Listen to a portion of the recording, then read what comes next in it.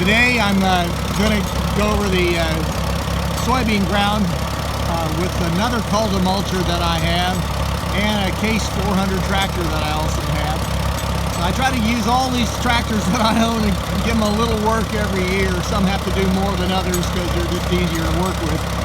But this is a good tractor. It's probably the nicest looking one that I have. I always admired this particular tractor, and it still has some issues that we're working through, but it'll do well with this particular situation. I'd like to put power steering on it at some particular point in time. I have a set of front weights for it that will really kind of set it off once I get them painted and fixed up a little bit.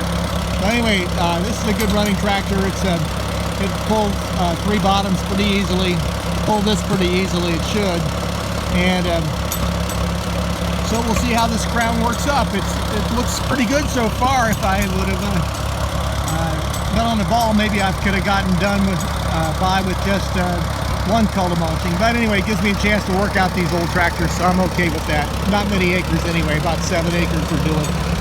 I've shown you this cultimulcher before, and I have no idea who made this thing. I didn't pay much money for it, about 150 bucks, and I think it'll do a really good job finishing. It has a leveling bar, which you might be able to see here in the front, and it runs across the front here, and I think that'll do a good job with soybeans, leveling up the field here a little bit. At any rate, we're going to run it here with this tractor and see how it goes. I have another one, a Brilliant. It's a little heavier, and I think it does a better job the first time over the field, so this one should do a good job finishing it up. Anyway, going to get on the tractor now, go down the road, and let you watch a little bit of the action, and hope you enjoy this video. It's right next to my wheat field here, which looks pretty good this particular year. I'm really proud of it. Anyway, we'll get started, and God bless you.